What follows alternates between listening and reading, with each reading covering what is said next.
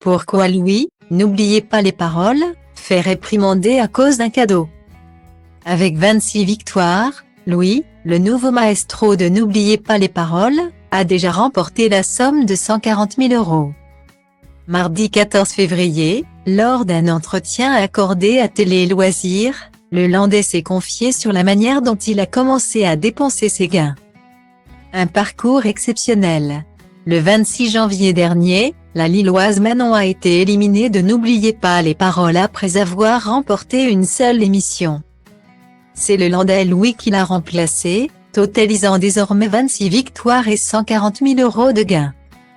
Le 6 février dernier, lors d'un entretien accordé à Télé Loisirs, le jeune homme s'était confié sur l'entraînement intensif qu'il s'est imposé avant de participer à l'émission de France 2. Je me suis mise en tête de toutes les apprendre, de revenir tout le temps dessus pour les maîtriser au mieux possible, avait-il expliqué.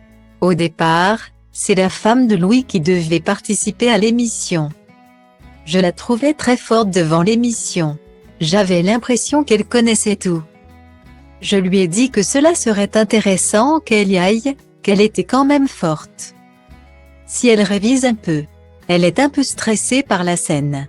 Elle n'a pas envie de chanter devant des gens spécialement, donc je me suis dit, moi aussi.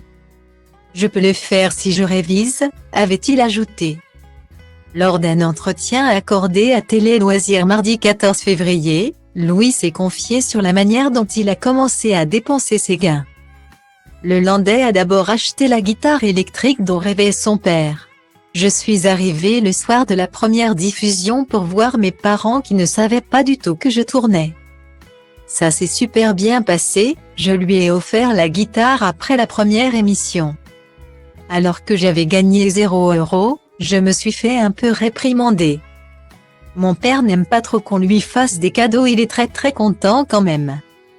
Il en a joué tout le week-end, a-t-il confié. Avec une cagnotte qui s'élève aujourd'hui à 140 000 €.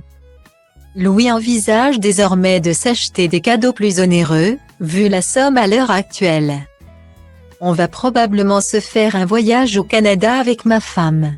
Mais ça sera pas pour tout de suite. On ne peut pas prendre non plus des vacances toutes les 2 semaines. Et surtout, on va acheter une maison. C'est arrivé à un niveau où on peut se permettre d'envisager d'en acheter une sans prêt.